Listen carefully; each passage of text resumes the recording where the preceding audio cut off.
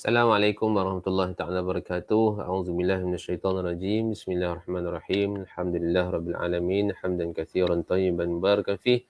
Allahumma shalli ala sayyidina Muhammadil fatihil lima ughliq wal khatimi lima sabaq wa nasiril haqq bil haqq wal hadi ila siratikal mustaqim wa ala alihi wa sahbihi haqqa qadrihi wa miqdarihil azim.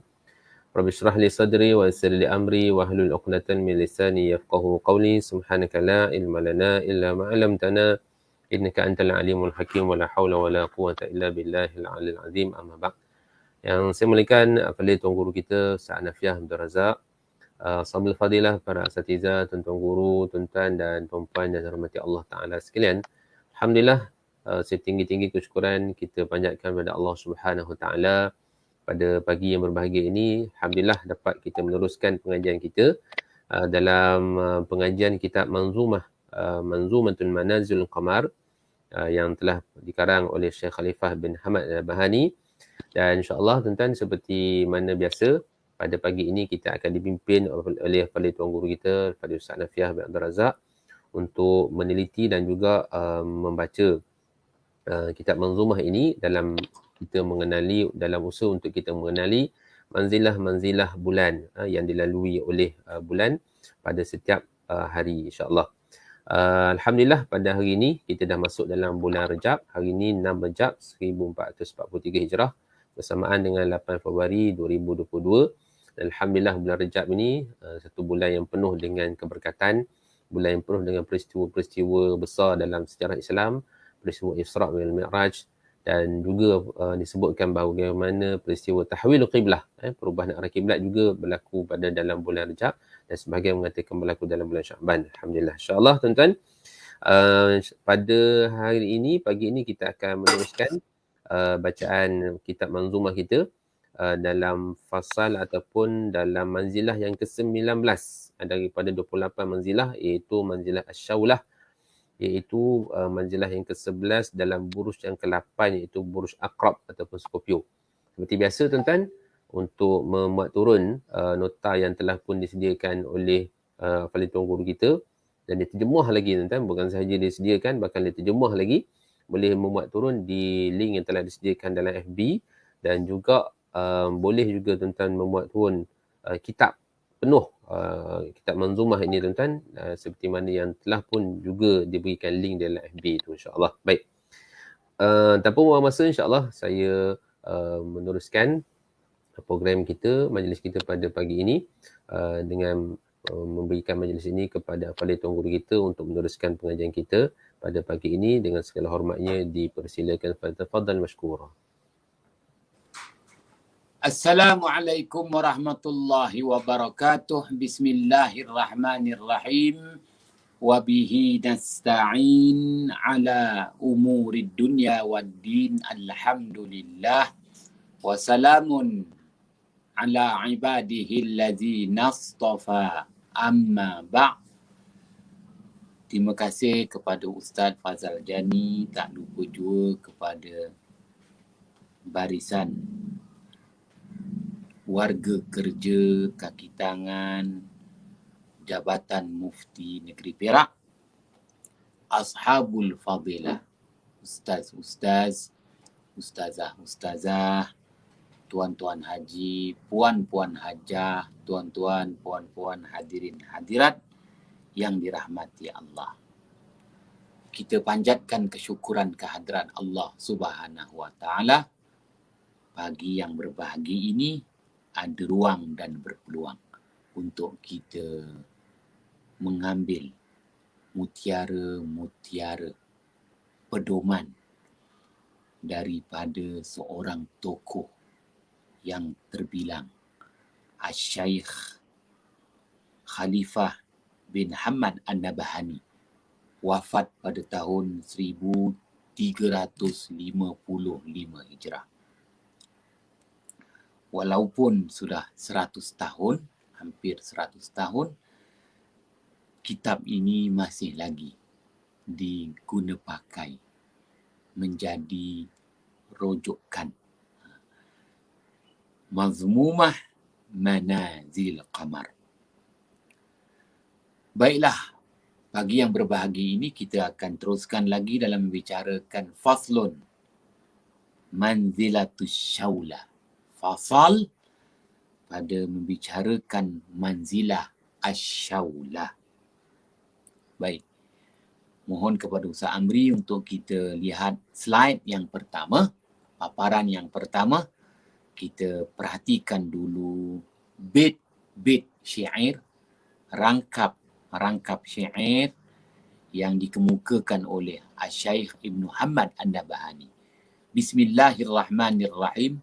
Qala musannifu rahimahullahu ta'ala wa nafa'ana bihi wa bi'ulumihi fid darain. Amin. Wa syaulatun fa'adduha la yumkinu lakinnani an syakliha ubarhinu. Wa syaulatun fa'adduha la yumkinu lakinnani an syakliha ubarhinu. Artinya, dan bintang syaulah, satu-satunya bintang yang menjadi rujukan dalam membina manzilah asyaulah itu, maka bilangannya tidak pasti di kalangan ulama-ulama falak Islam. Akan tetapi bagiku, kata pengarang bait rangkap syair ini, Asy-Syaikh Ibnu Hamad An-Nabahani, akan tetapi bagiku, daripada rupa bentuk bintang syaulah itu, aku dapat bukti, ada bukti bahawa berapa sebenarnya bintang yang membina manzilah asyaulah. Baik, kita perhatikan kepada rangkap syair yang kedua, bait syair yang kedua. Yaluhu fi akhiriha najmani ijtama'a fil qarbi nayyirani. Yaluhu fi akhiriha najmani ijtama'a fil qarbi nayyirani. Artinya, terdapat sebutir bintang. Ini bukti yang dikemukakan oleh Asy-Syaikh Ibnu Hamad An-Nabahani. Terdapat sebutir bintang yang seumpama bintang asyaulah pada hujung bintang syaulah itu sendiri. Maka ia adalah dua butir bintang sebenarnya. Maka ada bukti menyatakan bahawa yang terbabit dalam membina manzilah asyaulah bukan satu bintang, ada dua bintang. Selain daripada bintang yang menjadi tonggak, iaitu asyaulah, ada sebutir bintang lagi yang akan dinyatakan, yang juga terlibat sama dalam membina manzilah asyaulah. Kedua-dua bintang itu berhimpun sama di dalam buruj Aqrab yang bercahaya kedua-duanya, kerana terlalu hampir dua bintang itu. Ya, bintang yang menjadi tonggak lebih besar, lebih bercahaya. Manakala regunya agak kecil, sekali pandang nampak sebutir bintang. Bila diamat-amati, baru kita perasan ada dua bintang sebenarnya.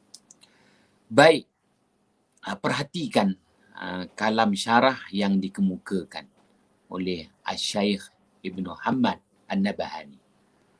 Qauluhu wa syaulatun bi fathi syin al-mu'jamah wa sukunur ra wa sukunir ra wa sukunil wawi.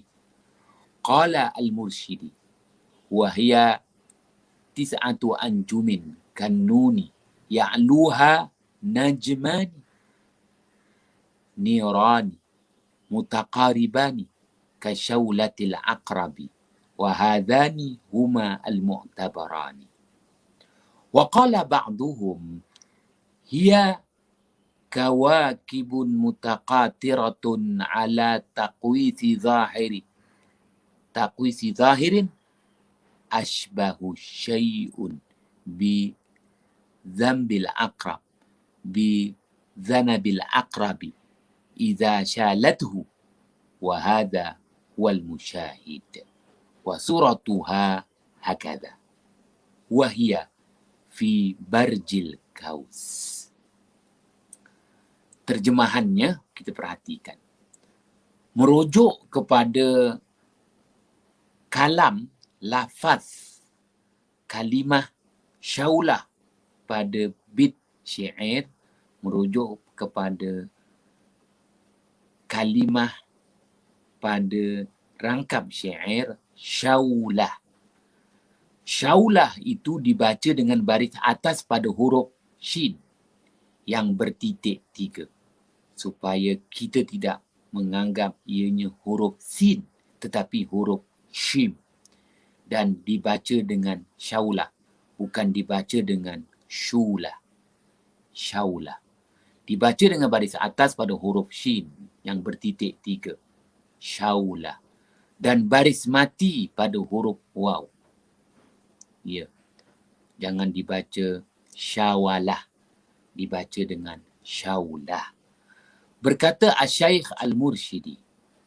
Ya, Asy-Syaikh Al-Mursyidi ini tokoh ulama falak yang sezaman dengan tokoh ulama hadis, lagi merupakan rujukan ulama fiqh Asy-Syaikh Al-Imam Ibnu Hajar Al-Asqalani, wafat pada tahun 852 Hijrah.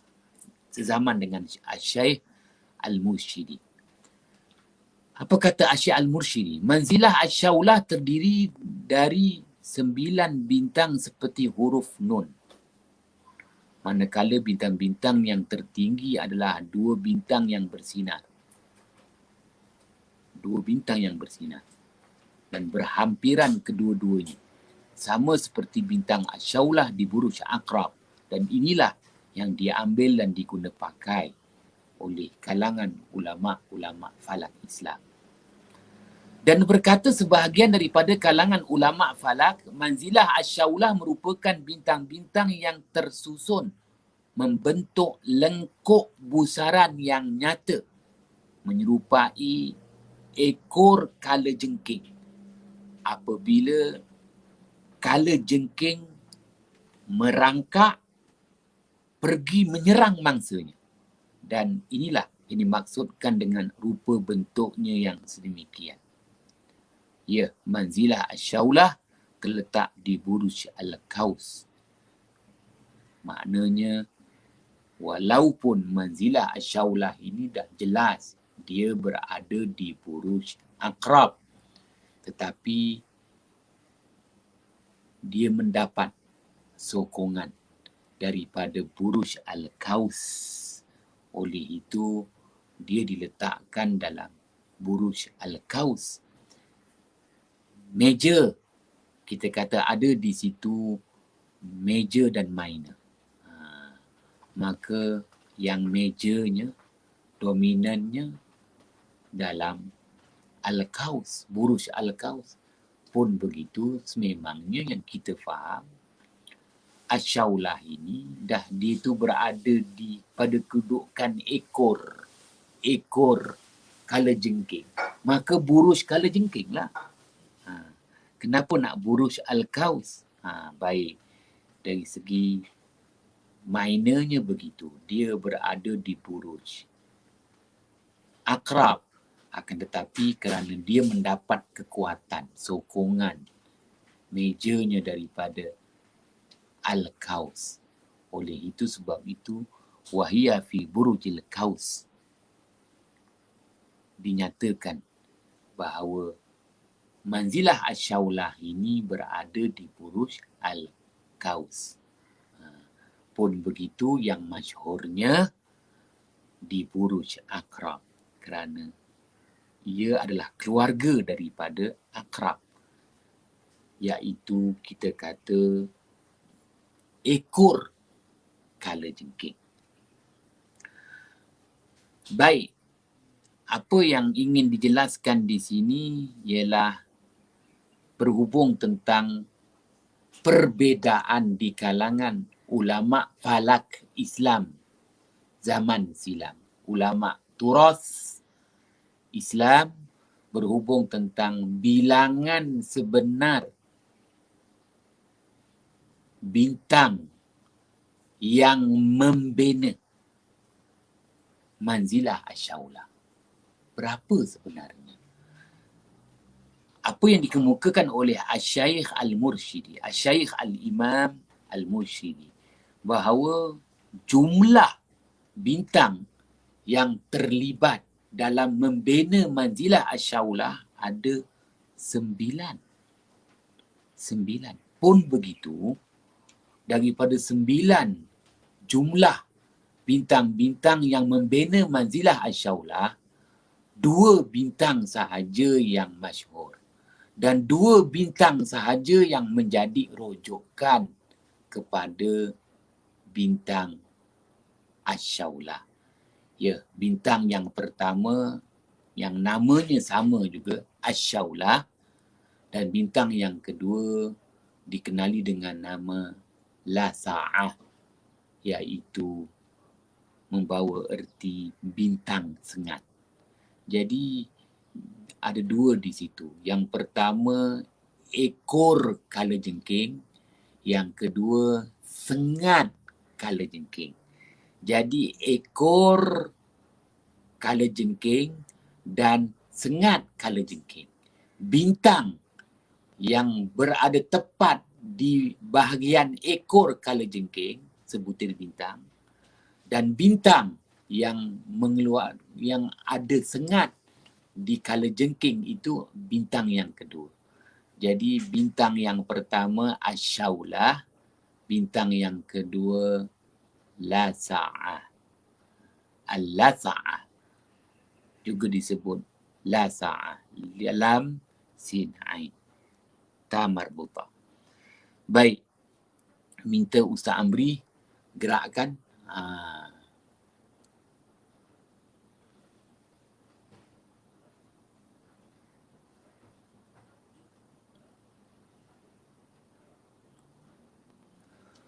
Kita baca dulu bait syair, rangkap syair yang tersedia. Fi'a syirail jadi minal ayami, faslu syita'i ja'alil anami. Fi'a syirail jadi minal ayami, faslu syita'i ja'alil anami. Artinya, manzilah asy-syaulah merupakan bintang yang ke-10 di dalam kelompok buruj al-jaddi pada hari-hari yang tertentu. Apabila manzilah asy-syaulah ini diklasifikasikan dalam buruj al-jaddi, dia terletak pada bilangan yang ke-10. Bintang yang ke-10. Tetapi yang masyhur sememangnya lah, maknanya bintang asy-syaulah ni di dalam buruj Aqrab. Pun begitu, di kalangan ulama-ulama falak Islam zaman silam, ulama-ulama turas Islam zaman silam, sememangnya mereka dah bersepakat bahawa bintang asy-syaulah ini berada di buruj al-jaddi. Kalaupun dia lebih selesa buruj Aqrab, tetapi dari segi kita kata dari segi prosedurnya,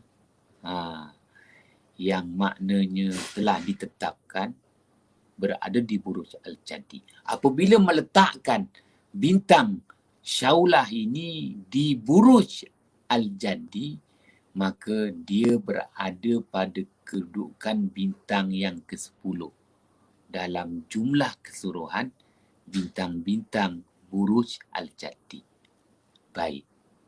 Kenapa Begitu akan dinyatakan kemudian. Di musim sejuk, bintang Asyaulah datang menjadi-jadi kesejukannya.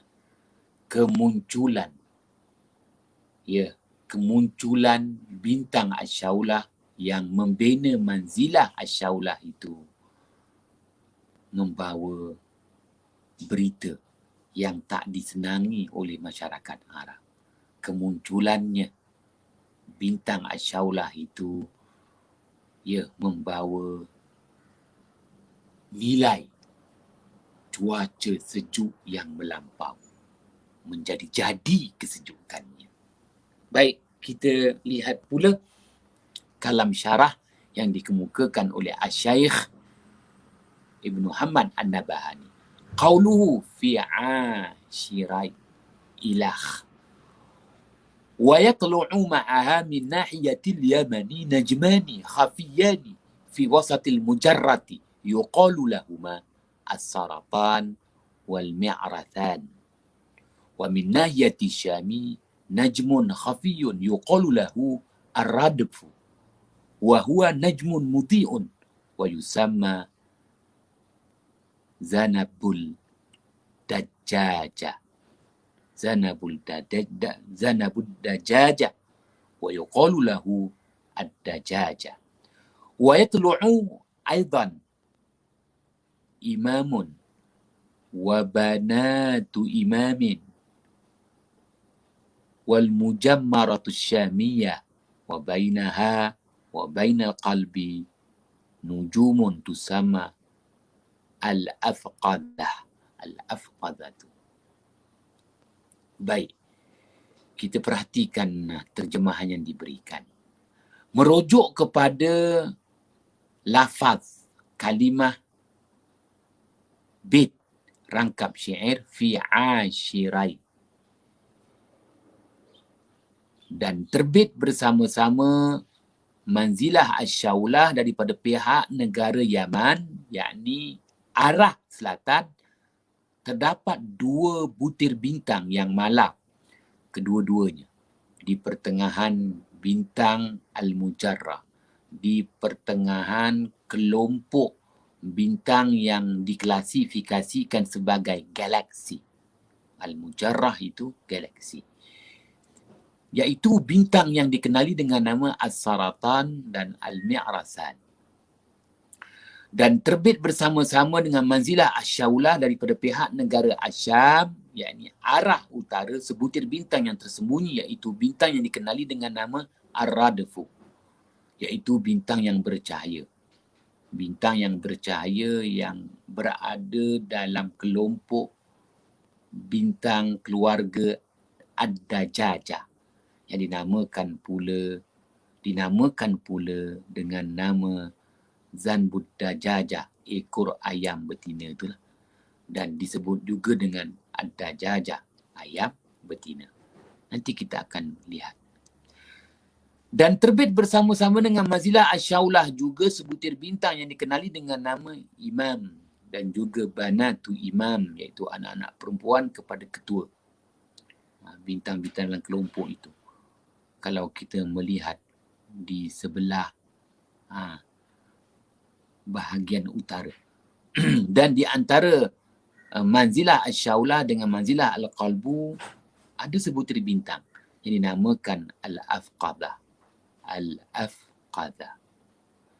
Ya. Bintang Al-Afqadah ini sebenarnya bintang yang menjadi apa yang disebut sebagai regu kepada bintang Syaulah yang terbabit sama dalam membina bintang manzilah Asyaulah. Baik, minta Ustaz Amri gerakkan slide yang selanjutnya.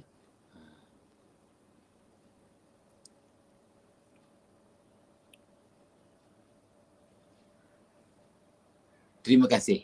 Baik, kita baca paparan yang saya sediakan dengan merujuk kepada perisian stellarium dengan menggunakan kita kata operasi bahasa Arab ya. Dia ada bahasa Arab dan menggunakan kita kata mengikut tarik tarik Arab. Dia ada yang mengikut kita kata tarik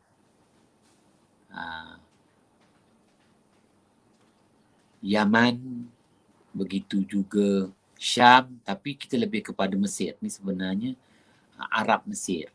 Baik.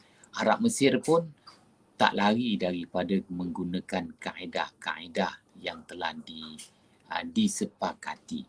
Kerana kadang-kadang ada persamaan, ada perbezaan dari sudut penjenamaan. Nak menjenamakan tu kan pun ada beza. Baik. Manzilah Ash-Shaulah terbit di ufuk timur ketika terbit fajar pada awal musim sejuk. Ya, pada awal musim sejuk. Masih lagi awal musim sejuk. Iaitu pada tarikh 5 Januari. 5 Januari 2022. Kita perhatikan pada tarikh 5 Januari 2022. Jam 6.13 pagi terbitnya fajar, masuknya waktu subuh di Pulau Pangkur. Ya.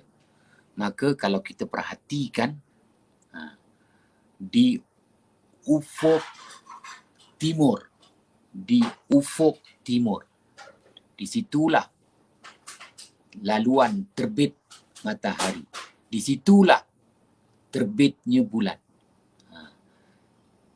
Perhatikan di ufuk timur. Ya, ufuk timur berdasarkan perisian yang tersedia. Perhatikan dulu kalimah syarqun, timur. Tu makna kalau kita tulis kat situ syarqun itu adalah mata angin timur tepat. Maka perhatikan garis hijau. Garis hijau ini adalah garisan ufuk. Garisan ufuk. Dairatul ufuk. Garis ufuk. Maka kemudian perhatikan pula ya, garis yang berwarna merah, garis membujur yang berwarna merah, al-khattul kusufi, al-khattul kusufi. Dan kita perhatikan di sebelah kanan, setelah digambarkan terus, gambaran kita kata tasyakul dan tasawur, bentuk dan rupa seekor kalajengking, aqrab.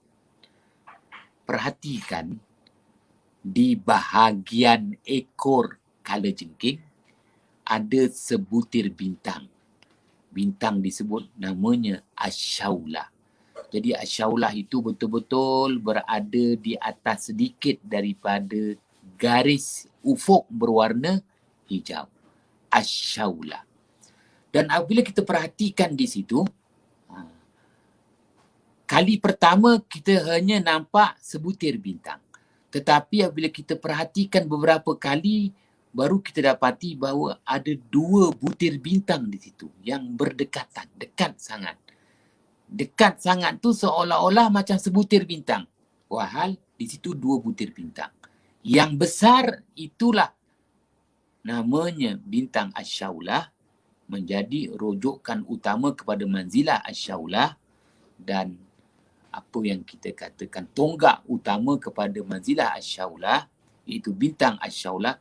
Manakala regunya tu yang kecil sedikit di atas dia, di atas kecil sedikit, itulah namanya lasa'ah. Lasa'ah, al-las'atu, iaitu sengat. Lasa'ah tu sengat, kalajengking. Baik. Minta Ustaz Amri gerakkan slide yang selanjutnya. Terima kasih. Manzilah Ash-Shaulah terbit di ufuk timur ketika terbit fajar pada awal musim sejuk. Kalau kita gerakkan, setiap hari manzilah Asyaulah akan berganjak 1 darjah ketika terbit fajar. Kita perhatikan 2 tarikh. Tarikh pertama 5 Januari 2022. Pada jam 6.13 pagi terbitnya fajar, masuknya waktu subuh di Pulau Pangkor.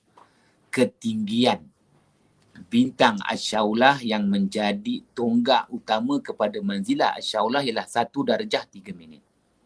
Keesokan harinya, waktu yang sama, 6 Januari 2022. Ya, jam 6.13 pagi terbitnya fajar, masuknya waktu subuh di Pulau Pangkor. Bintang Asyaulah ketinggiannya ialah 1 darjah 51 minit.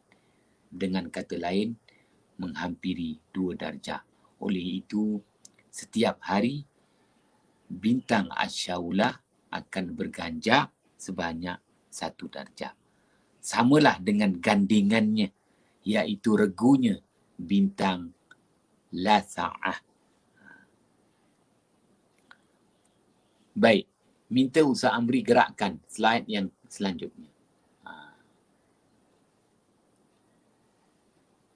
Terima kasih. Setiap kali kita membahaskan tentang manzilah, ya, dan hari ini manzilah Asyaulah. Manzilah itu perkara pertama yang kita akan bahas berhubung tentang, ya, nilai manzilah Asyaulah. Kalau sebut nilainya, dia akan merujuk kepada 2 perkara. Yang pertama sirah, yang kedua fikrah. Sirah dan fikrah. Sirah membawa erti bentuk dan rupa. Bentuk dan rupa. Bentuk dan rupa akan memberi nilai kepada kita fikrah, iaitu konsep. Konsep. Maka apabila sebut sahaja manzilah Asyaulah, perkara pertama kita akan tanya,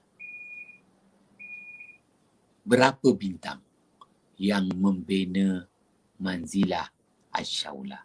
Baik, ada 2 bintang yang membina manzilah Asyaulah. Perkara kedua kita akan tanya, kenapa namanya bintang? Kenapa namanya manzilah Asyaulah? Kerana mengambil salah satu daripada bintang yang membina manzilah Asyaulah. Salah satu daripada bintang itu namanya Asyaulah. Oleh itu, manzilah dinamakan manzilah Asyaulah. Baik, itu jelas. Baik, maka dari segi penjenamaan, oleh itu merujuk kepada rupa bentuk ataupun bentuk tasyakul, rupa tasawur. Tasyakul, tasawur. Tasyakul bentuk, tasawur rupa. Jadi bentuk dan rupa, tasyakul dan tasawur inilah merupakan sirah. Perkara sirah. Daripada sirah itu datanglah fikrah, konsep. Baik, apabila sebut dengan nama bintang yang menjadi tonggak, iaitu Syaulah. Syaulah membawa erti ekor kalajengking. Kenapa nak namakan ekor kalajengking? Apa fikrahnya, apa konsepnya nak dinamakan ekor kalajengking? Namakan yang lain lah. Tapi kenapa zaman berzaman, sejak daripada zaman baginda Idris alaihissalam sehingga zaman baginda Ismail alaihissalam sehingga zaman kelahiran junjungan besar Nabi Muhammad sallallahu alaihi wasallam, penjenamaan itu dikekalkan, tidak diubah, tak diubah. Begitulah jenamanya, iaitu Syaulah, membawa erti ekor kalajengking. Kenapa ekor kalajengking? Baik. Kemudian bintang yang kedua yang membina. Bintang yang kedua yang membina manzilah asyaulah, iaitu la sa'ah. La sa'ah yang membawa erti sengat kalajengking. Ya. Dua bintang, ekor dan sengat. Ekor dan sengat. Kan dua bintang ni berdekatan betul. Tengok sekali pandang macam sebutir bintang. Beberapa kali diperhatikan, rupa-rupanya dia tu dua bintang. Kalau di negara Arab, nampak dia berpisah. Tapi kalau dekat negara kita, macam dia bercantum. Kalau di negara Arab, memang nampak dia berpisah. Maknanya terpisah sedikit antara dua bintang, iaitu bintang syaulah dengan bintang la sa'ah. Yang kedua-duanya membina manzilah syaulah. Baik. Kenapa dinamakan bintang itu dengan nama sengat? Tak ada nama lain ke? Sengat. Baik. Datanglah di sini ertinya apa yang disebut apabila ada di situ sirah, adalah perkara kedua, iaitu fikrah, konsepnya. Untuk memahami konsepnya, maka sebab itu manzilah itu dia ada bintang-bintang sokongan. Bintang-bintang sokongan. Dalil sokongan. Jadi bintang-bintang yang akan menjadi sokongan ini lazimnya bintang-bintang yang akan merujuk kepada dua arah. Arah utara, arah selatan. Maknanya ada bintang sokongan daripada sebelah utara dan ada bintang sokongan daripada sebelah selatan. Sama ada bintang daripada sebelah utara itu merupakan bintang yang menjadi rujukan kepada kutub utara, ataupun bintang daripada sebelah selatan itu merupakan bintang yang menjadi rujukan kepada kutub selatan. Tak kira. Yang penting dua arah yang berbeza. Bintang daripada sebelah utara dan bintang daripada sebelah selatan. Bila cukup majoriti, dah cerita lain pula buat kerajaan. Maka yang penting ada sokongan dua bintang ini. Daripada sebelah utara, daripada sebelah selatan. Dan kita dapati bahawa untuk manzilah asyaulah mendapat sokongan daripada bintang sebelah utara, iaitu bintang dalam keluarga Ad-Dajajah.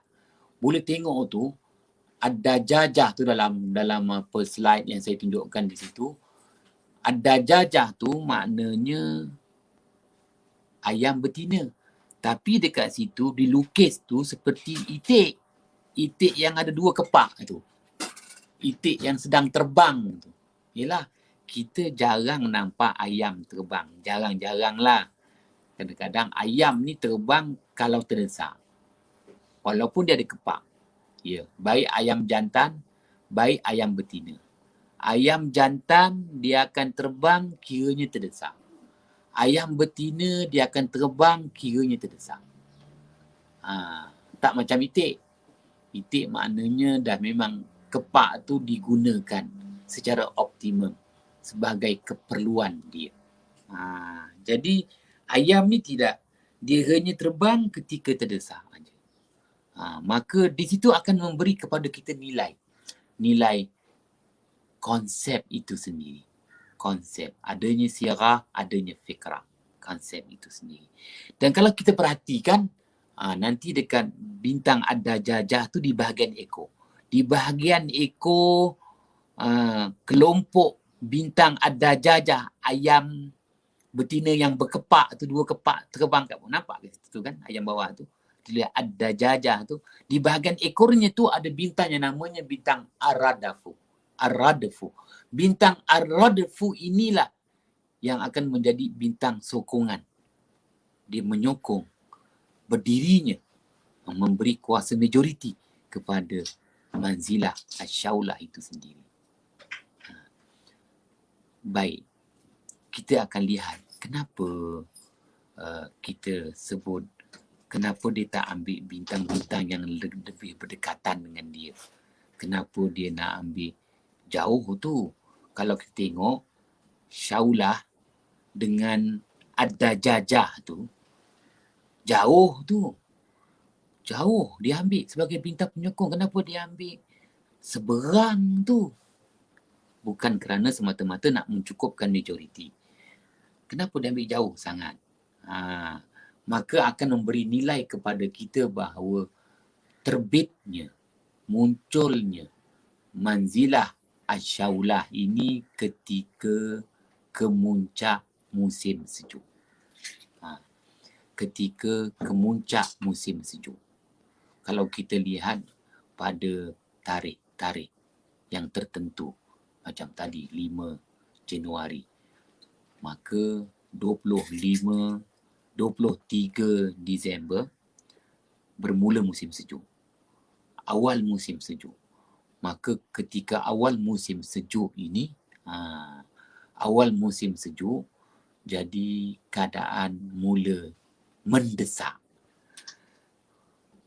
Ayam dia kalau terdesak, dia akan terbang untuk teruskan kehidupan. Itu istilah. Dengan kata lain, masyarakat Arab zaman berzaman. Masyarakat Arab zaman berzaman sememangnya terdesak sama sekali ketika musim sejuk. Oleh kerana musim sejuk mereka terdesak, maka mereka kena lakukan sesuatu. Survival. Ya. Sebab itu masyarakat Arab mereka membuat banyak persiapan dan persediaan sebelum tibanya musim sejuk. Sebelum tibanya musim sejuk, mereka membuat persiapan persediaan kerana mereka lebih takutkan musim sejuk berbanding dengan musim panas. Mereka lebih gentar menghadapi musim sejuk daripada menghadapi musim panas. Kerana musim sejuk itu akan memberi tekanan kepada kehidupan mereka, menambahkan bebanan dalam hidup mereka dan mendatangkan desakan dalam hidup mereka. Tekanan, bebanan, desakan. Itulah musim yang mereka cukup berjaga-jaga, musim sejuk. Baik, bintang sokongan yang lain adalah di sebelah selatan, tetapi kurang dibicarakan. Kuranglah nak dibicarakan. Yang kita akan nampak di situ ada bintang-bintang yang akan menjadi rujukan kepada manzilah Asyaulah ini, khususnya dalam membicarakan tentang bintang yang menyokong daripada arah selatan itu, diterangkan kepada kita bahawa ada 2 butir bintang tu. Ada 2 butir bintang. Yang mana 2 butir bintang itu berhampiran dengan galaksi mujarrah. Galaksi. Berhampiran dengan beberapa mujarrah galaksi. Jadi dalam bahasa Arab, orang Arab akan sebut galaksi itu dengan istilah mujarrah. Mujarrah. Al-mujarrah. Jadi dalam dunia falak masyarakat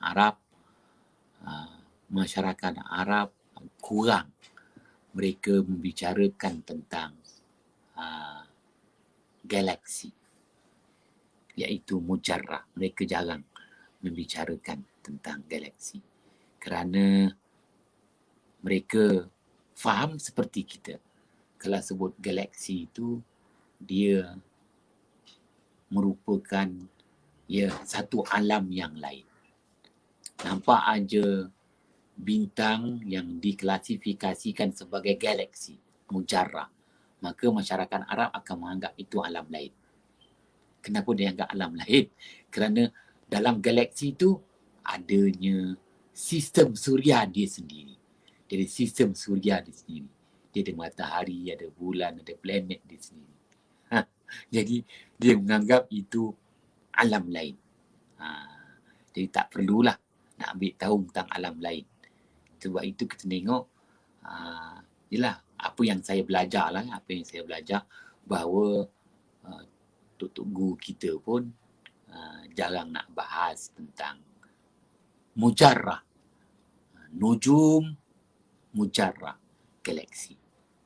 Kerana menganggap itu alam lain lah. Dia ada orang kata keperluan dia sendiri. Tetapi keperluan kita di alam kita ini, kita memang perlukan buruj sebagai pedoman dan juga sebagai alat pengukur waktu, musim, cuaca.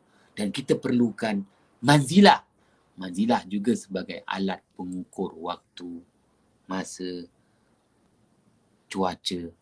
Tetapi kalau bintang-bintang yang diklasifikasikan dari segi al-ajnasnya adalah jenis mujarrah, mereka tak nak bahas lah. Itu. Tapi terpulang pada kita lah, dan di Jabatan Mufti pun itu bukan senarai tugas. Itu bukan senarai tugas. Itu kita pulangkan kepada peringkat universiti untuk membuat kajian lanjut tentang nujum al-mujarrah. Baik. Apa yang saya nak jelaskan di sini, dalam masyarakat Arab, dalam masyarakat Arab ada 3 manzilah yang sememangnya mendatangkan, kita kata, kegusaran. Ada 3 manzilah yang mendatangkan kegusaran. Baik. Minta Ustaz Amri gerakkan slide ni sebelum lagi. Minta Ustaz Amri gerakkan slide. Kita patah balik slide. Lagi. Berhenti di sini. Terima kasih. Baik. Kalau kita tengok dalam slide ni, ada 3 manzilah. Manzilah yang pertama al-iklil. Manzilah kedua al-qalbu. Manzilah ketiga ini yang kita belajar sekarang, asy-syaulah. Ada 3 manzilah ni. Al-iklil, al-qalbu, asy-syaulah. Ya. Dan sebenarnya ketiga-tiga ni dalam rupa bentuk akrab. Iklil dalam rupa daripada akrab, dalam kawasan akrab, kalajengking, al-qalbu dah memang kita kata ialah dia hati lubuk si akrab tu. Dan asy-syaulah. 3 manzilah ni, al-iklil, al-qalbu, asy-syaulah. Jadi masyarakat Arab daripada zaman baginda Ismail alaihissalam, mereka akan namakan 3 manzilah ni, al-iklil, al-qalbu, asy-syaulah, dengan nama al-murabba'at. Al-murabba'at itu ialah 40 malam kesejukan. 40 malam kesejukan. Tapi dia ambil istilah al-murabba'at. Al-murabba'at tu kenapa tak ambil arba'in je? Arba'un tu kan bahasa Arabnya 40. Arba'in tu 40. Tapi dia guna istilah lain pula, al-murabba'at, iaitu 40 malam kesejukan. Dengan kata lain, dalam al-iklil mereka ambil 10 malam. Al-qalbu mereka ambil 15 malam. Asy-syaulah mereka ambil 15 malam. Jadi 10, 15 cukuplah. Jadi maka dalam tempoh masa 40 malam, dan mereka ambil daripada iklil, al-qalbu, asy-syaulah. Ya, terlebih kurang tu tak kira lah. Tapi dalam 3 manzilah ni yang merangkumi 40 malam dalam kesejukan. Mereka akan berhati-hati. 40 malam dalam kesejukan. Bukan ke yang lain-lain pun sejuk. Ya, yang lain-lain sejuk. Tetapi 40 malam dalam setahun ni. Dalam setahun ada 40 malam kesejukan yang menjadi kegusaran dalam masyarakat Arab zaman berzaman. Mungkin kita bertanya kenapa mesti 40 malam? Kerana mereka dapati zaman berzaman, dalam tempoh masa 40 malam ni, antaranya angkara-angkara yang mendatang. Antaranya wabak penyakit datang dalam tempoh masa 40 malam, penyakit-penyakit baru yang timbul, penyakit yang akan menyerang tanaman mereka, penyakit yang akan menyerang ternakan mereka. Begitu juga skandal-skandal, macam-macam hal yang akan timbul. Namanya aradi. Bahasa Arab kita kata aradi, yang mendatang. Jadi perkara-perkara yang mendatang di luar jangkaan lazimnya berlaku dalam tempoh masa 40 malam. 40 malam yang memang sejuk. 40 malam tu memang sejuk. Dalam tempoh masa setahun itulah 40 malam tu tahap kesejukan. Burudah. Burudah, kesejukan.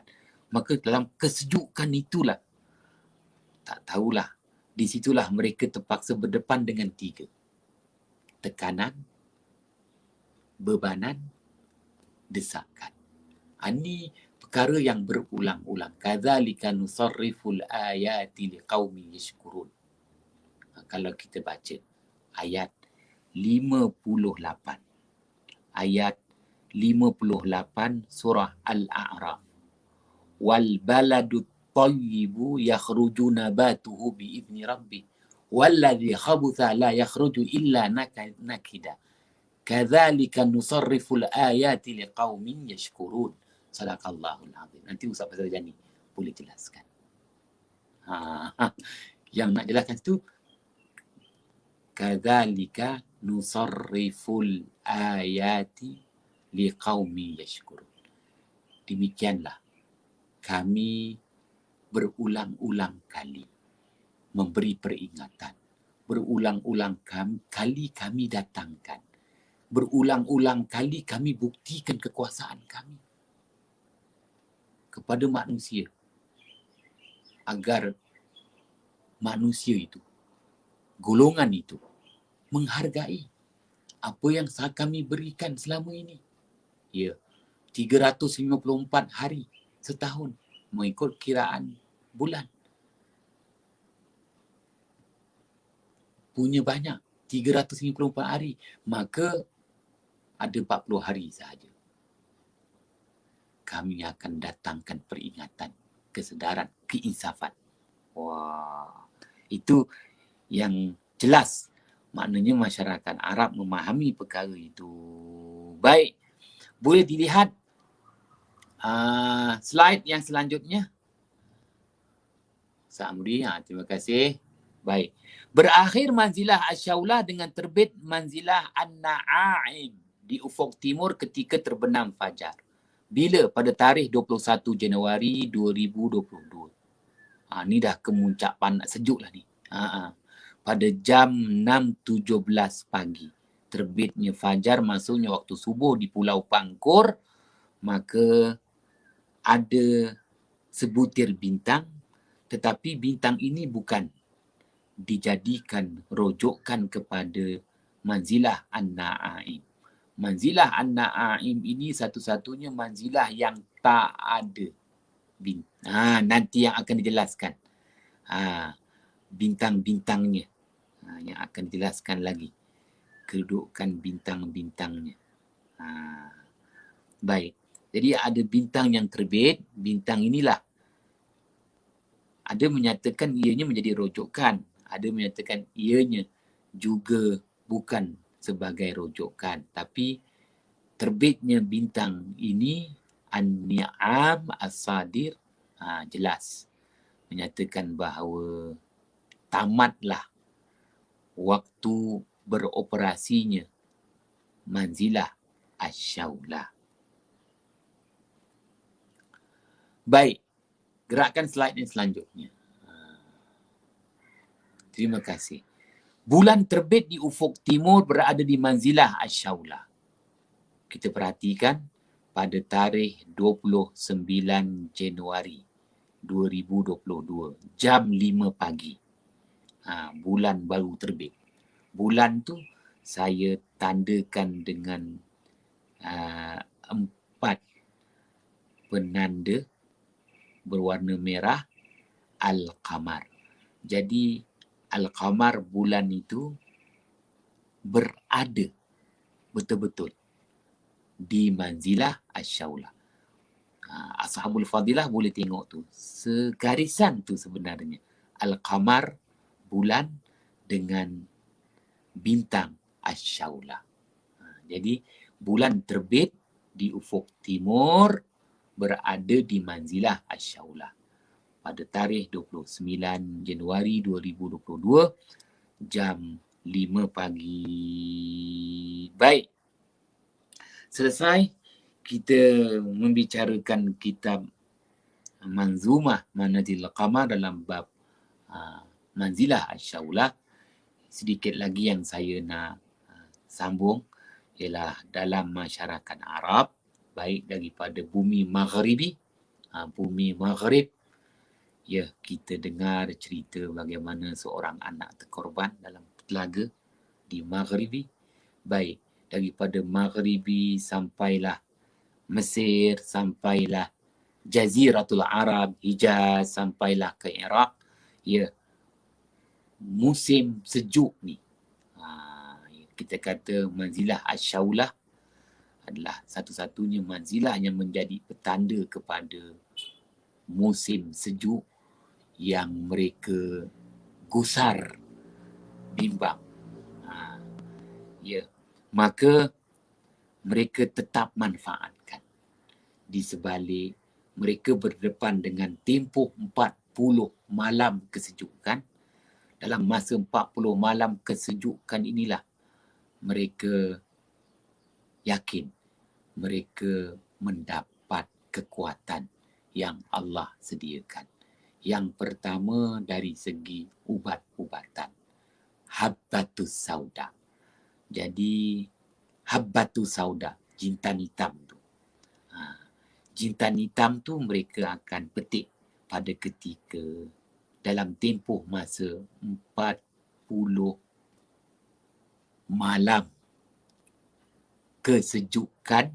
Dalam tempoh 40 malam kesejukan, khususnya waktu terbit manzilah asyaulah, masyarakat Arab akan memetik habbatus sauda. Mereka akan petik habbatus sauda. Dan mereka akan memetik apricot, buah apricot. Kalau orang Melayu kata buah pauh tu, istilah pauh ni apabila biji tu besar. Biji tu besar, tapi isinya nipis saja. Macam itu apricot tu macam itu. Biji dia besar. Biji tu besar. Isi dia tu taklah tebal mana. Kita kata pauh. Kalau buah mempelam tu, ada mempelam yang kita kata buah mempelam tu, ada biji besar, ada biji kecil. Tapi lazimnya kalau buah mempelam tu, buah pauh, biji tu besar lah. Isi tu kadang-kadang nipis saja. Baik. Jadi orang Melayu lebih mudah sebut apricot ni buah pauh. Masyarakat Arab, itulah dia apricot. Mereka akan ambil hasil buah apricot pada tempoh masa 40 malam ni. Allah takdirkan. Di sebalik mereka gusar, sebenarnya mereka mendapat 2 nilai. Nilai vitamin yang istimewa, apricot. Ya, dalam bahasa Arab disebut mishmish. Mimishin. Mishmish. Mishmish tu apricot. Dan mereka dapat juga ubat istimewa, habbatus sauda. Wallahu a'lam bissawab. Serahkan kepada Ustaz Faizal Jani. Faisal, Alhamdulillah atas pencerahan yang telah diberikan tadi. Menarik perbincangan kita dalam manzilah yang kita sebutkan pada hari ini, itu manzilah Asyaulah, yang mana kalau kita dapat lihat bahawa manzilah Asyaulah ni maknanya dia adalah penghujung pada musim sejuk. Sebab kalau kita tengok dalam perbincangan pun, kalau saya bahagikan, kalau silap tolong betulkan Ustaz. Maknanya kalau tengok dalam manzilah Syaulah ni, kalau kita bahagikan pada bulan ataupun dalam buruj ataupun dalam takwim syamsiah, maknanya dalam sekitar bulan 10 gitulah. Bulan 10 ketika mana buruj Aqrab. Jadi selalunya mungkin Fadil Ustaz boleh jelaskan sebab biasanya kalau dalam bulan 10 ni selalu Ustaz sebutkan bahawa dia adalah pertukaran musim. Waktu tu musim agak tak menentu, dia berlaku panas dan juga sejuk. Jadi mungkin boleh sedikit penjelasan Ustaz, kalau kita kaitkan juga dalam konteks kita di Malaysia ni. Terima kasih. Jadi Ustaz Faizal Ghani, terima kasih. Dalam konteks Malaysia kan, kerana kita tak ada musim sebagaimana musim di negara Arab, musim di negara Eropah. Ya. Tadi pun ada salah seorang Pak Engku ni, subuh tadi pun dia bertanya dengan saya tentang Australia. Kerana Pak Engku ni, Engku orang kaya, jurutera. Jadi dia ada kebun dia lah dekat Australia, 100 ekar juga tu. Tanya macam mana tentang cuaca di Australia. Wahal dia tu 2 warga negara. Kita tak pernah pergi Australia pun ditanya pula. Bolehlah cerita sikit. Jadi dalam konteks Malaysia, bahawa Malaysia tak ada 4 musim.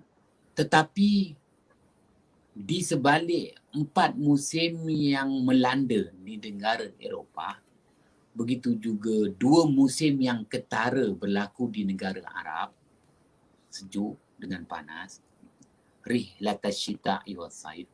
Tapi kita yang duduk di Asia Tenggara ni pun mendapat kesannya, iaitu kesan gerakan angin. Angin yang kita sebut monsun timur laut dan monsun barat daya. Ya, monsun timur laut, monsun barat daya. Sekarang ni kita masih lagi meraih angin monsun timur laut. Ya, yang tak menentu, tak sekata, tak seragam. Baik. Sampai bila? Kita tunggu meteorologi. Lazimnya bulan April. Melepasi tarikh 23 Mac. 23 Mac, negara-negara di sebelah Eropah, hemisfera utara, mereka akan memulakan musim bunga. Bila mereka mulakan musim bunga, maka kita di semenanjung Malaysia, begitu juga Sabah, Sarawak, kita akan meraih angin baru, iaitu angin barat daya.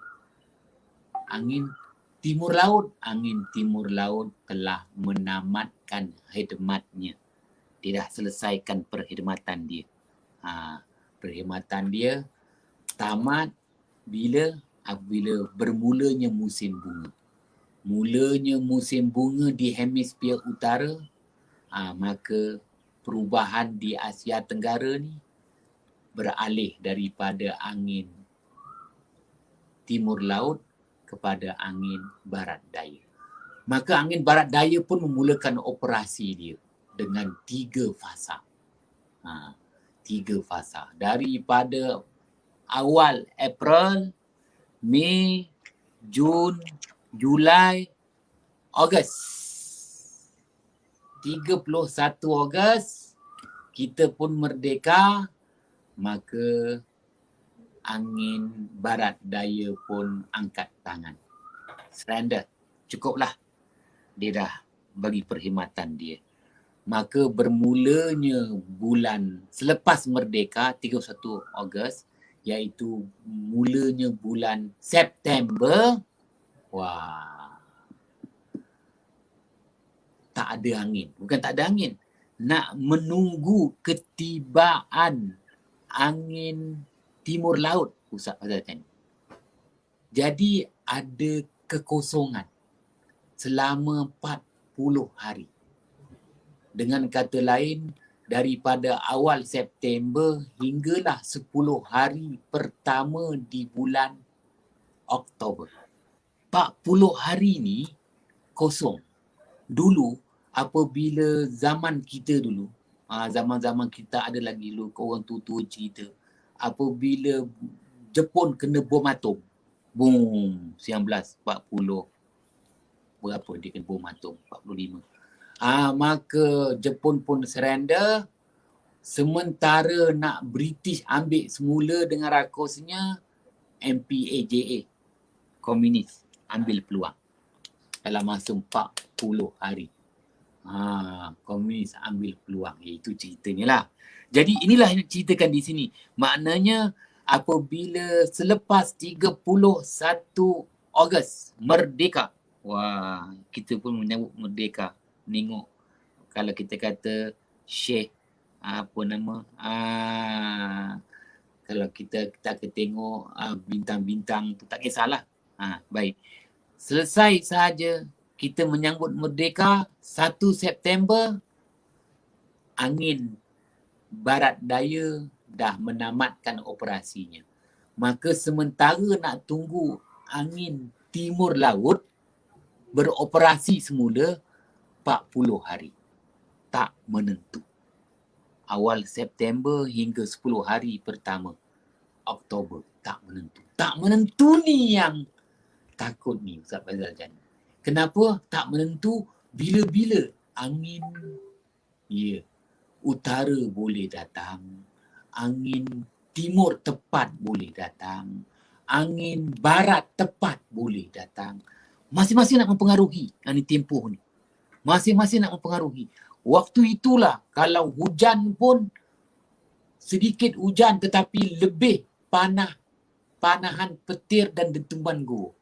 Maka bulan September kalau hujan tu tak lebat mana, tapi lebih panahan petir dengan dentuman gua. Wah, dia nanti melepasi pertengahan Oktober, barulah dengan rasminya timur laut datang. Itu yang hujan timur laut. Kata-kata fasa pertama kadang-kadang boleh buat banjir pula, iaitu pada pertengahan ataupun akhir Oktober. Boleh banjir tu. Baik, tak nak cerita yang itu. Nak cerita ni awal September hingga 10 hari pertama Oktober. 40 hari ni, bagi masyarakat Arab, mereka dah ada jenama Murabbaat. 40 malam kesejukan. Macam-macam timbul. Tapi bagi kita, 40 hari ni, awal September hingga 10 hari pertama Oktober. Kerana dua pengaruh angin tak ada lagi. Pengaruh angin barat daya dah tak ada. Pengaruh angin timur laut pun belum bermula. Jadi angin apa-apa, angin pus-pus pun, angin utara boleh datang, angin selatan boleh datang. Di Johor, ini cerita di Johor. Di Johor dah masuk 3-4 tahun ni, kalau bulan September tu, angin selatan. Angin selatan. Bukan harimau selatan, angin selatan. Angin selatan datang. Dan orang utara pun cakap, orang-orang pun cakap, angin selatan pun hujan ke Ustaz? Itulah cakap, dulu angin selatan tak buat hujan. Tapi kadang-kadang angin selatan buat hujan. Dan trendnya 40 hari yang dalam kegusaran, waktu itulah nanti kes melonjak. Kes COVID-19 tu melonjak. Bulan 9. Start daripada awal 9. Dia melonjak. Nanti hujan turun sikit. Wallahu a'lam bissawab. Itu yang kita sebut lah. Ya. Lebih-lebih tu mana boleh sebut. Terima kasih Ustaz Faizal Jani. Okey, Fadil Ustaz. Ada 2 lagi soalan Ustaz. Boleh ya? Silakan. Jawab ringkas-ringkas insya-Allah. Saudara kita Cik Baha Idris. Cik Baha Idris mohon komen, baru-baru ini tular disebarkan sedutan klip Tuan Guru Ustaz Nafiah menyatakan tentang tiang merah matahari yang membawa petanda kemarau atau kebuluran yang bakal melanda selepas musim wabak. Boleh jelaskan agar tidak timbul salah faham tentang isu ini? Ini kerana ada pihak yang telah membuat sebaran dan menyuruh masyarakat menyimpan makanan untuk setahun atau 2 tahun. Ini mungkin hadis yang mungkin Fadil Tuan Guru kita telah bacakan zaman PKP hari itulah. Hadis tentang waktu pagi tu. Okey Fadil, silakan Ustaz. Baik. Terima kasih. Maka berdasarkan hadis riwayat daripada Imam At-Tabrani, Imam Al-Hakim, Imam Al-Baihaqi, ya, yang mana Rasulullah sallallahu alaihi wasallam memberi peringatan kepada masyarakat Madinah, khususnya apabila kamu melihat, ya, pada setiap pagi di bulan Ramadan, bila waktu terbit matahari. Bila terbit matahari, cahaya matahari itu, waktu terbitnya, cahaya itu ya memancar. Pancaran cahaya matahari itu tak dihalangi oleh awan-awan. Tak dihalangi oleh awan-awan waktu terbit. Maka bila dia terpancar, tak dihalangi oleh awan, tak ada awan pun di kaki langit timur. Jadi cahaya itu memancar, membentuk, cahaya pancaran matahari itu membentuk seperti tiang merah. Dia beza selama ni matahari itu terbit, ada aja awan di mana matahari terbit. Ada je awan di mana matahari terbit. Tapi kiranya bulan Ramadan, matahari terbit di sebelah timur, tak ada awan langsung, bersih. Maka cahayanya akan memancar naik daripada kaki langit timur, naik ke langit, membentuk tiang-tiang merah. Kalau ini berlaku, maka Rasulullah menghendaki agar kita simpan makanan untuk dalam tempoh masa setahun. Khawatir tahun itu adalah tahun kebuluran. Ya. Apa yang Rasulullah sabdakan ini telah diulas lanjut oleh tokoh-tokoh ulama, antaranya Asy-Syaikh Al-Imam Jalaluddin As-Suyuti rahimahullah, wafat pada tahun 911 Hijrah. Ya. Pun begitu, Asy-Syaikh Al-Imam Jalaluddin As-Suyuti rahimahullah, wafat pada tahun 911 Hijrah, menyatakan adakah apa yang Rasulullah sabdakan ini merupakan petunjuk untuk Jaziratul Arab, menanjung tanah Arab, ataupun persekitaran bumi Arab, ataupun boleh dijadikan sebagai pedoman untuk seluruh muka bumi. Itu yang dijelaskan oleh Asy-Syaikh Al-Imam Jalaluddin As-Suyuti. Ya. Adakah, dia bertanya lagi, kerana Rasulullah SAW menyampaikan sabdaannya itu mengikut asbabul wurud, sebab-sebab kedatangan hadis itu ketika Rasulullah berada di Madinah. Adakah maknanya sesuai dengan musim dan cuaca di Madinah? Musim dan cuaca di Madinah. Maka Asy-Syaikh Al-Imam Jalaluddin As-Suyuti jelaskan perkara ini. Sebab itu Asy-Syaikh Al-Imam Abdul Rauf Al-Manawi dalam kitabnya Faidul Qadir juga menyatakan, ada pendapat menyatakan ini hanya sesuai untuk negara-negara Arab.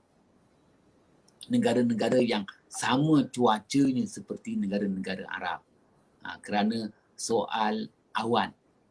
Soal awan. Ada negara yang macam mana pun sentiasa berawan. Tapi perkara ni kita hanya boleh nampak, iaitu cahaya pancaran matahari terbit menjulang tinggi, membentuk tiang-tiang berwarna merah sekiranya tak ada awan. Kalau ada awan, tak nampak. Dan Rasulullah sabdakan perkara ni berlaku di Madinah. Kerana Madinah memang kawasannya, kita faham, ada ketikanya memang tak ada awan. Tak ada awan, rem pun tak ada. Awan nipis pun tak ada. Maka oleh kerana menjadi perbahasan di kalangan ulama-ulama hadis tentang kedudukan matan hadis itu sendiri, iaitu adakah ini boleh dijadikan sebagai pedoman untuk seluruh penduduk di muka bumi. Apa yang saya jelaskan di sini maknanya sebagai saduz zara'i, langkah berjaga-jaga. Walaupun Rasulullah sabdakan itu, kita nampak berlaku di Madinah sesuai dengan cuaca dan musim di Madinah. Dan kita yang tinggal di Malaysia ini juga boleh jadikan sebagai satu pedoman. Sebagai satu pedoman. Langkah berjaga-jaga. Saduz zara'i. Saduz zara'i. Kerana apa? Kerana kita dah mula ada satu situasi yang tak menentu, climate change. Kalau dulu kita boleh kata, maknanya setiap kali bulan terbit ada je awan. Setiap kali bulan nak terbenam ada je awan. Setiap kali nak tengok anak bulan ada je awan. Setiap kali matahari terbit, di mana tempat terbit itulah ada awan. Di mana tempat matahari nak terbenam itulah ada awan. Tapi kini kita dah mula dapati, ada ketikanya kita akan nampak matahari itu terbenam. Bulatan dia terbenam satu persatu. Awan tak ada sikit pun. Waktu matahari terbit pun kita akan nampak, tak ada awan sedikit pun. Kerana soal awan ni, masyarakat Melayu dah buat satu kaedah untuk kita memahami cuaca, hujan ataupun tak hujan dengan melihat awan ketika waktu matahari terbit. Kalau matahari terbit nampak awan, kita boleh tahu ni hujan ke tak hujan. Sehingga masyarakat Melayu pun dah buat satu jadual. Hujan, ramalan hujan berdasarkan longgokkan awan di tempat terbit matahari. Dan longgokkan awan di tempat terbenam matahari. Jadi sebagai saduz zara'i, langkah berjaga-jaga, kita kena ambil tahu tentang hadis yang disabdakan oleh baginda Muhammad sallallahu alaihi wasallam. Malam tadi saya memang setiap malam Ustaz Fazal ni aku akan tengok apa nama dunia, berita dunia jam 11. TV1 ke TV lain? TV1. TV kan tak diragukan, cik. Yang lain semua diragukan. TV1, okey kita tengok TV1. TV1 tak diragukan. Dunia jam 11. Apa berlaku kepada Hong Kong? Masyarakat dia dah sibuk. Dah sibuk, dah beli semua barang-barang, makanan, semua dah ketakutan. Kenapa nak Hong Kong ni? Kalau Taiwan lainlah, dah mula gaduh dengan China. Dah sibuk beli barang-barang makanan. Sayur-sayuran akan susun. Habis Malaysia masalah telur lah. Persatuan penternak ayam-ayam telur Malaysia dah buat keputusan untuk tutup operasi. Takut aku. Takut je lah. Ustaz Razali ni dia tak takut, dia cocok di Maybank ada duit. Kita yang S32 ni gaji tak cukup mana. Jadi ni takut ni. Baca berita. Baca betul-betul bahawa persatuan penternak ayam telur telah bersepakat untuk tutup operasi.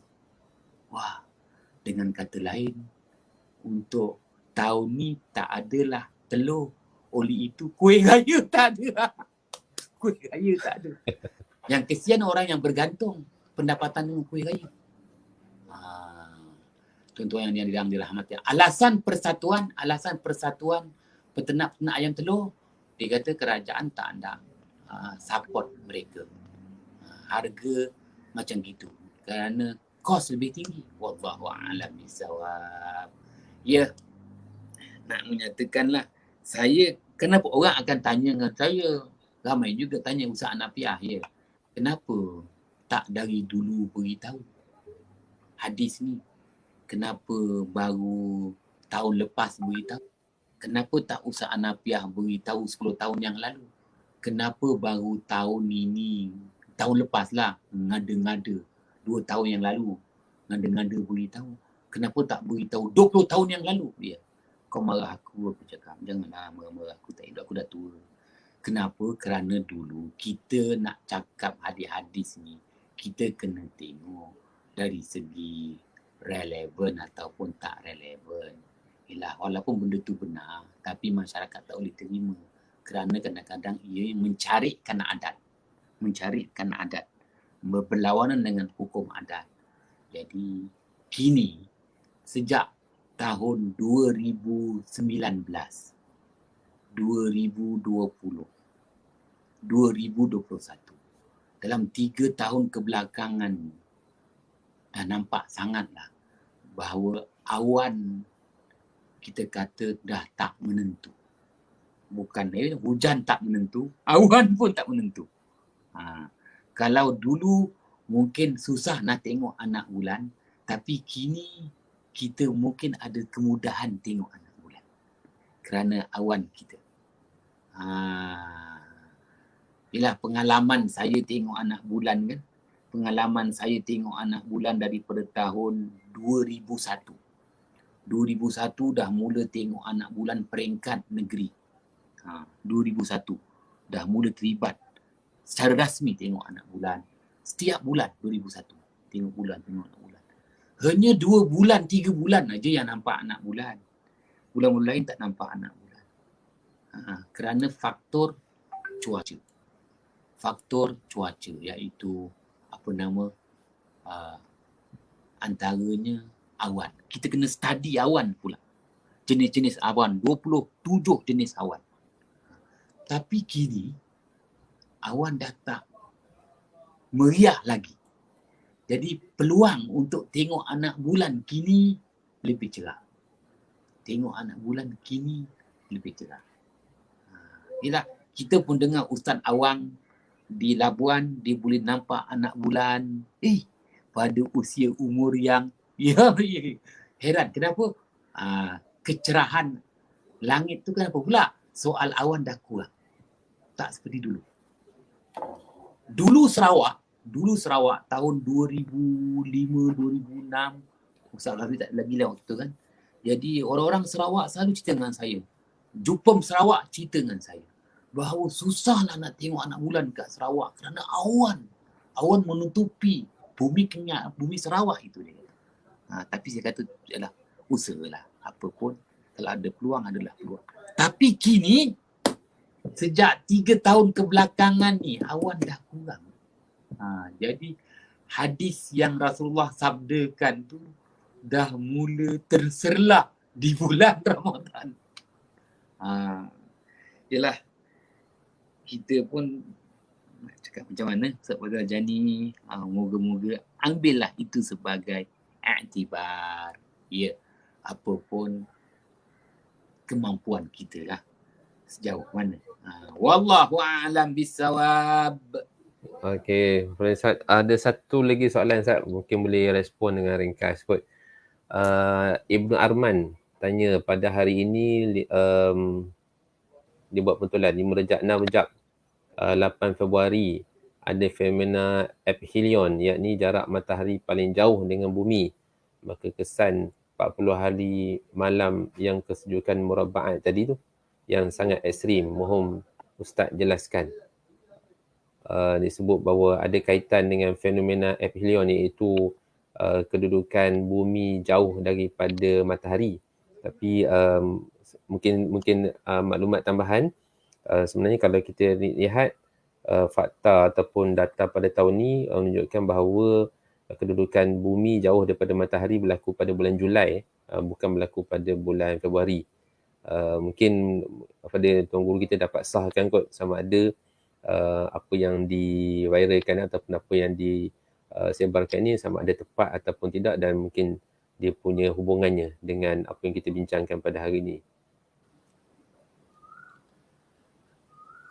Terima kasihlah. Apa pun maknanya, dalam masyarakat Arab, mereka tidak menjadikan matahari sebagai kita kata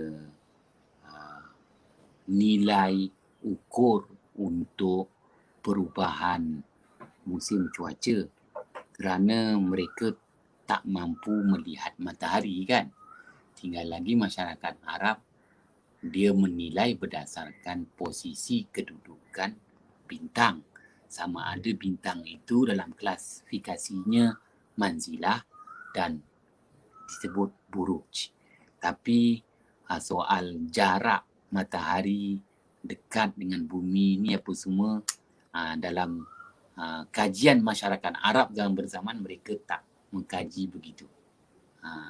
Tapi apa yang saya boleh sambah di sini Ustaz Fazal, maknanya ini kajian barulah.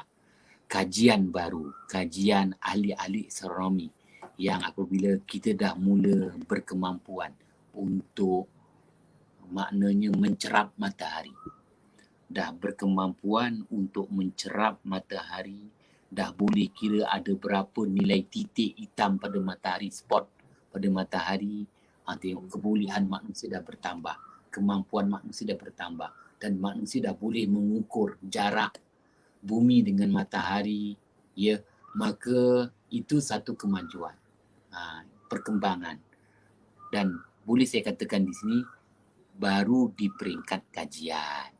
Itu sebenarnya peringkat kajian, perlu ada pembuktian.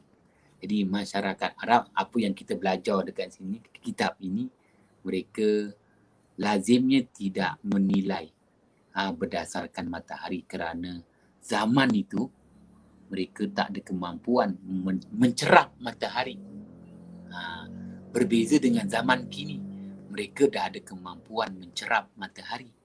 Dah ada filternya, dah ada teleskop khasnya. Wah, hebat.